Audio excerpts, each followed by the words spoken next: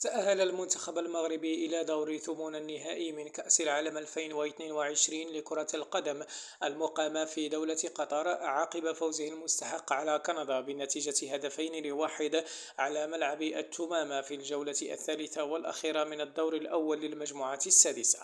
ورفع منتخب سود الأطلس رصيده إلى 7 نقاط تصدر بها المجموعة مقابل 5 نقاط لكرواتيا التي حلت في المركز الثاني، ثم بلجيكا في المركز الثالث برصيد 4 نقاط. أما كندا فتذيل ترتيب فرق هذه المجموعة بلا رصيد من النقاط. وأخذ المنتخب المغربي الأمور على محمل الجد منذ البداية، فضغط يوسف نصيري على الحارس الكندي ميلاد بوريان الذي لم يحسن السيطرة على الكرة إذ طالت منه ووصلت إلى حكيم زياش الذي رفعها بلمسة واحدة من فوق الحارس لتستقر في الشباك عند الدقيقة الرابعة ليحرز أول أهداف المغرب. ولم يركن أسود الأطلس إلى الخلف وواصلوا ضغوطهم بغية تعزيز النتيجة، وهو ما حدث فعلا بعد تمريرة طويلة من أشرف حكيمي ضرب بها دفاع كندا واستفاد منها يوسف نصيري الذي سدد الكرة بقوة لتمر من تحت الحارس بوريان ليتقدم المغرب بالهدف الثاني في الدقيقة 23.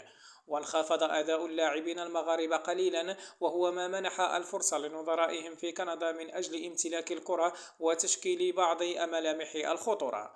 ومن أول هفوة تمكن منتخب كندا من تقليص الفارق بعد تمريرة عرضية أرضية من الجهة اليسرى من سام أدي جوغبي، حول المدافع نايف أكرد طريقها إلى الشباك بالخطأ في الدقيقة 40 رغم محاولة ياسين بونو صدها. وسجل أنصيري هدفا ثالثا للمنتخب في الوقت بدل الضائع من الشوط الأول، لكن حكم الراية ألغاه بداعي التسلل إثر تدخل أكرد باللقطة. وتعاطفت العارضة مع أسود الأطلس في الشوط الثاني، والتي منعت هدف التعادل لكندا في الدقيقة 71 بعد رأسية من أتيبا هيتشنسون نزلت على خط المرمى لتنتهي المباراة بفوز المنتخب المغربي ب2-1.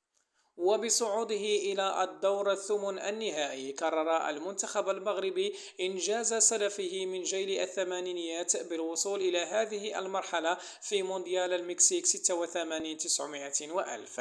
وسيلاقي المنتخب المغربي في دور الثمن يوم الثلاثاء المقبل نظيره الإسباني الذي بلغ الدور ذاته كثاني المجموعة الخامسة برصيد 4 نقاط بفارق الأهداف عن ألمانيا.